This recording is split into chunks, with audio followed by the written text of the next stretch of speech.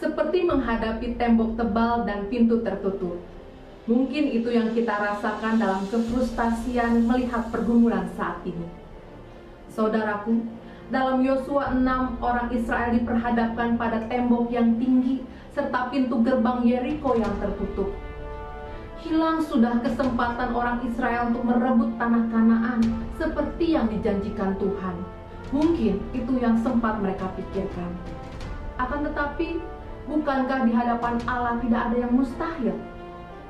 Ketahuilah, aku serahkan ke tanganmu Yeriko ini beserta rajanya dan pahlawan-pahlawannya yang gagah perkasa. Demikian Allah berfirman pada Nabi Yosua. Lewat perkataannya, Tuhan memberi kepastian, kemenangan pada Israel, dan Tuhan pasti menggenapi janjinya. Akan tetapi saudaraku, dalam menerima penggenapan janji Tuhan ini, ternyata mereka tidak hanya duduk diam dan melihat Allah berkarya. Israel harus melakukan bagian mereka juga. Bangsa ini harus mengelilingi Yeriko selama 6 hari dalam senyap, sebab sang Nabi mengatakan, janganlah bersorak dan janganlah memperdengarkan suaramu, sepatah kata pun jangan keluar dari mulutmu. Setiap hari, bangsa ini harus mengelilingi kota benteng itu selama 7 kali. Mereka berjalan sesuai dengan arahan sang Nabi, di mana orang-orang bersenjata berjalan di depan, diikuti 7 imam yang meniup sangkakala tanduk domba di depan tabut Tuhan. Kemudian diikuti seluruh umat di belakangnya. Barulah di hari ke-7 sang Nabi berseru, bersoraklah. Lalu bangsa itu bersorak bersama sangkakala ditiup, maka robohlah tembok benteng kota Yeriko.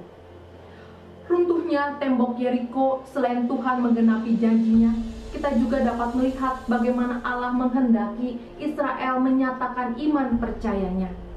Bangsa Israel harus taat dan patuh mengikuti perintah Tuhan. Israel diajar untuk sabar dan tidak bersungut-sungut serta tetap melakukan apa yang menjadi bagian mereka. Saudaraku, begitu pula dengan kita dalam menghadapi pergumulan saat ini. Allah ingin kita sebagai umat kepunyaannya tetap melakukan bagian kita dengan patuh dan taat pada firman Tuhan. Sabar dalam menghadapi pergumulan, tidak bersungut-sungut walaupun keadaan terasa sulit. Percayalah, bagi Tuhan tidak ada tembok yang terlalu tebal untuk menghalangi dan tidak ada pintu yang tertutup untuk membatasi karyanya. Mari berjalan bersama Tuhan dan lihatlah bagaimana Ia mampu membuatmu bersorak dalam kemenangan. Amin.